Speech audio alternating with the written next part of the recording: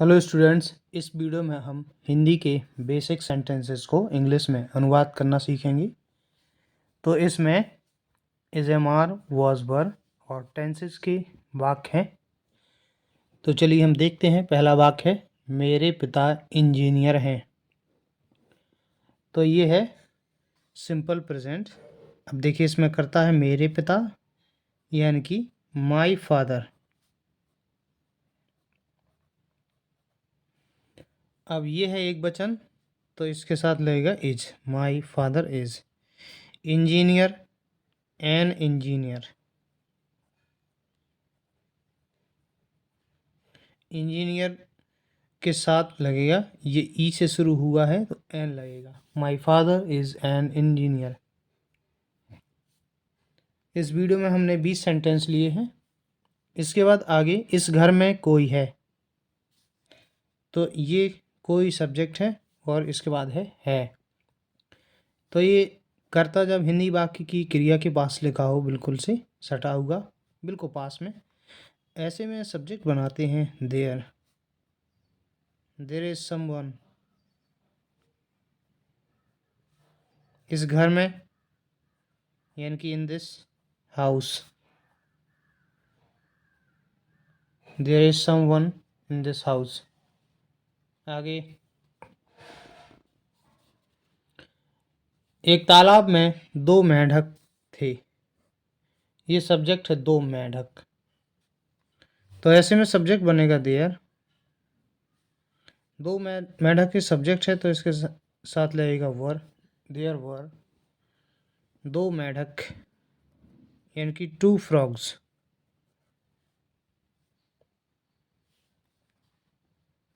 इसके बाद एक तालाब में, मैं की इन, एक की आ और तालाब की पौंड। फुल स्टॉप, इन अ पौंड। आगे है हम दोनों उसे खोज रहे थे। ये पास्ट कंटिन्यूअस का है, सब्जेक्ट है हम दोनों, यानी कि बोथ, बोथ ऑफ अस। अब ये बहुवचन हो गया तो इसके साथ सहायक क्रिया आएगी वर। खोज रहे, सर्च मीन्स खोजना होता है, सर्चिंग। पास्ट कंटिन्यूअस में क्रिया की आईएनजी फॉर्म लगती है। सर्च के बाद फॉर आता है प्रपोजिशन, सर्चिंग फॉर, उसे की हिम। हर भी लगा सकते हैं, हर। इसके बाद आगे है वे इस समय थके हुए थे। तो बे यानी कि दे।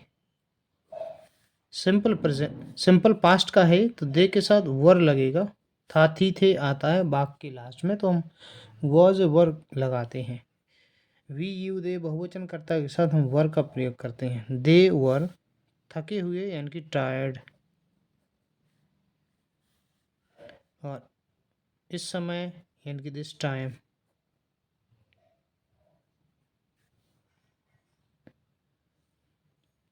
शेर जंगल का राजा होता है, करता है शेर। द लॉयन होता है तो हम ऐसे में लगाते हैं इज। ये सिंपल प्रेजेंट है। जंगल का राजा, तो बीच में जब का आता है तो पीछे का नाउन पहले, राजा की द किंग, का यानी कि ऑफ, जंगल की forest. The lion is the king of forest. नदी में मछलियां नहीं थीं।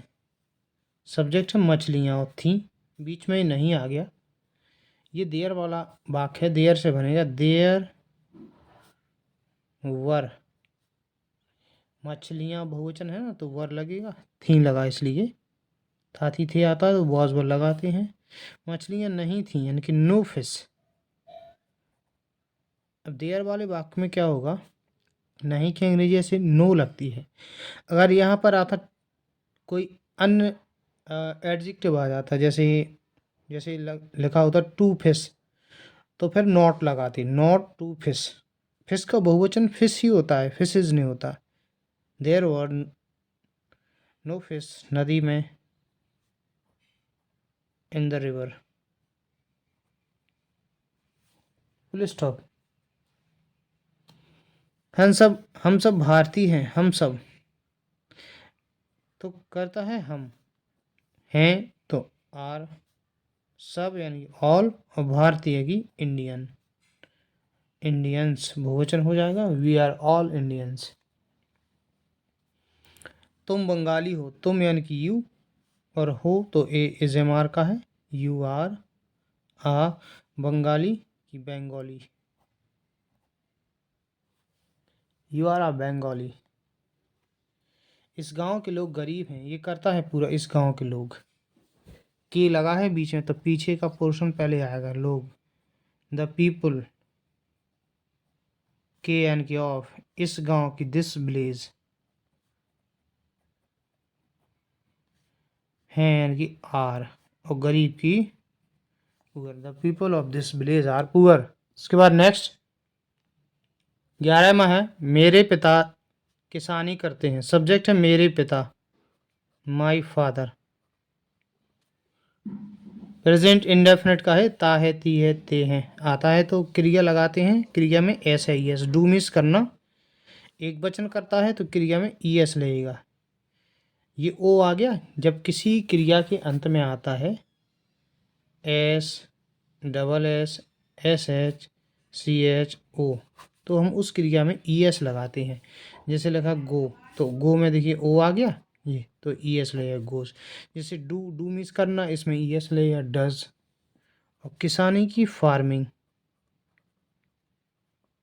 स्टॉप। नेक्स्ट है, हमें रोज व्यायाम करना चाहिए, तो हमें की वी, चाहिए तो शुड,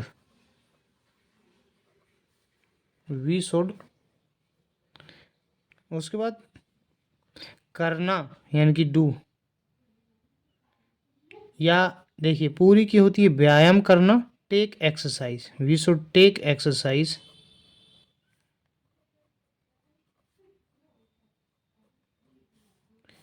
रोज यानी कि डेली या एवरी डे। इसके बाद है मैं यह सवाल हल कर सकता हूँ, तो ये सकता हूँ, सकता है, सकती है, सकता हूँ, ऐसे शब्द जब हिंदी वाक्य के अंत में आते हैं तो अब हम कैन से बनाते हैं उनको। मैं यानी कि आई, और आई के साथ कैन, आई कैन। कैन वाले जो वाक्य होते हैं ये सामर्थ्य बताते हैं, सामर्थ्य को, सामर्थ्य यानी कि हमारी क्षमता को, मैं ये कर सकता हूँ। मैं ये सवाल हल कर सकता हूँ यानी कि मेरी क्षमता है सवाल को हल करने की। आई कैन, हल करना, सॉल्व, यह सवाल की, दिस क्वेश्चन, फुल स्टॉप। आप क्या लेना पसंद करोगे, फ्यूचर इंडेफिनिट का है। हिंदी वाक्य के लास्ट में जब गागी के आता है तब वो वाक्य होता है फ्यूचर इंडेफिनिट का। और ये डबल इंट्रोगेटिव का है, इसमें प्रश्नवाचक शब्द आया है क्या, तो व्हाट आगे लगाएंगे। उसके बाद ये फ्यूचर इंडेफिनिट तो बिल, व्हाट बिल, आपकी यू। एक इसमें देखिए दो क्रियाएं हैं, एक तो पसंद करना, एक लेना। तो पसंद करना की लाइक, और दूसरी to take, what will you like to take. या कई बार इसकी जगह पर हम एक और वर्ब लगाते हैं, टू हैव, इसका मतलब कोई चीज़ लेना, what will you like to have. या अधिक विनम्रता के साथ बोलना पड़ता है तो हम विल की जगह पर वुड भी यूज़ करते हैं, what would you like to have. इस प्रकार का सेंटेंस ज़्यादा चलता है, what would you like to have, आप क्या लेना पसंद करोगे। भारत में 28 राज्य हैं, ये सब्जेक्ट है, सब्जेक्ट हिंदी वाक्य की क्रिया के पास है, तो ऐसे में कर्ता बनेगा देयर, देयर आर 28 राज्य, यानी कि 28 स्टेट्स भारत में, इन इंडिया, फुल स्टॉप। उसके बाद आगे, हरी सब्जियां विटामिन ए की अच्छी स्रोत होती हैं। सब्जेक्ट है हरी सब्जियां, यानी कि ग्रीन वेजिटेबल्स, होती हैं यानी कि आर, अब देखिए विटामिन ए की अच्छी स्रोत, तो बीच में की लगा है, पीछे का ही पोर्शन आएगा।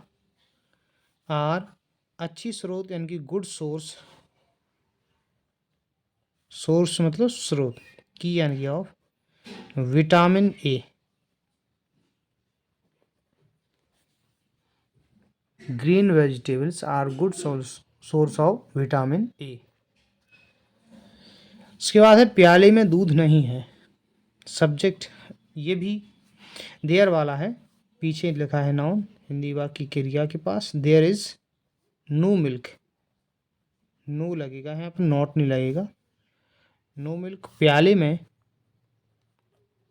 In the cup. आप ऐसे याद रखिए ये मिल्क एक नाउन है, तो इसके साथ एडजेक्टिव लगेगा। नो एक एडजेक्टिव है और नॉट जो होता है वो एडवर्ब होता है, वो मिल्क के साथ नहीं आएगा। इसके बाद वह बेईमान था, ही, वह बेईमान नहीं था, ही था यानी कि वॉज वर्ग का है, ही वॉज, नहीं कि नॉट, बेईमान की dishonest, he was not dishonest. इसके बाद शरणार्थी भूखे नहीं थे, शरणार्थी रिफ्यूजी, द रिफ्यूजी,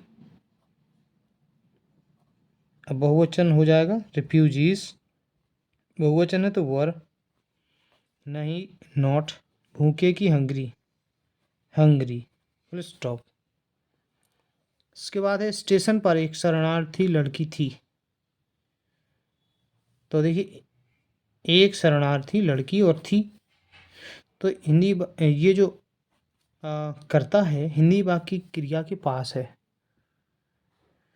तो ये बनेगा देयर से। तो इसको आप इंग्लिश में अनुवाद कीजिए और कमेंट कीजिए। इसी तरह की और वीडियोस के लिए चैनल को सब्सक्राइब कर लीजिए। वीडियो देखने के लिए धन्यवाद।